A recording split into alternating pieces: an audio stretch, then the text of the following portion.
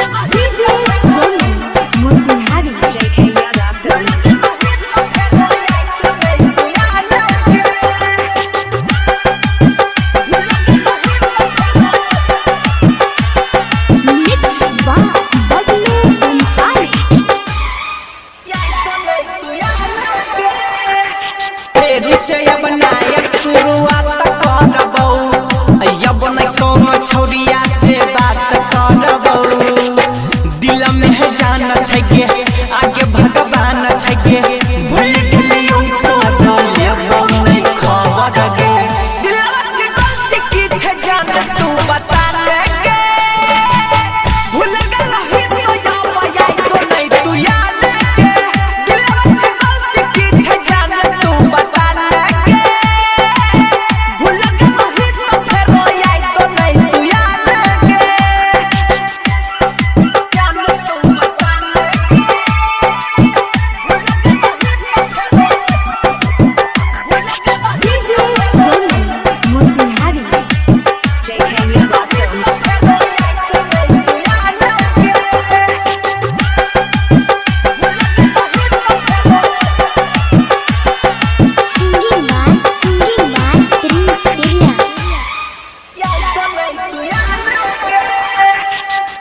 बड़ा बात गेया बाद भेलियो ई सब तोरा गेला के बाद भेलियो छिए खुश अब नहीं तू तंग करेंगे जो अपना सैया के संग रहेंगे कहै छौ बबलू के छोड़ा पीर सवा के हाथ रंजनिस के रोज खाइ छौ ही खाना दिलवा के गलती की छै जान तू बता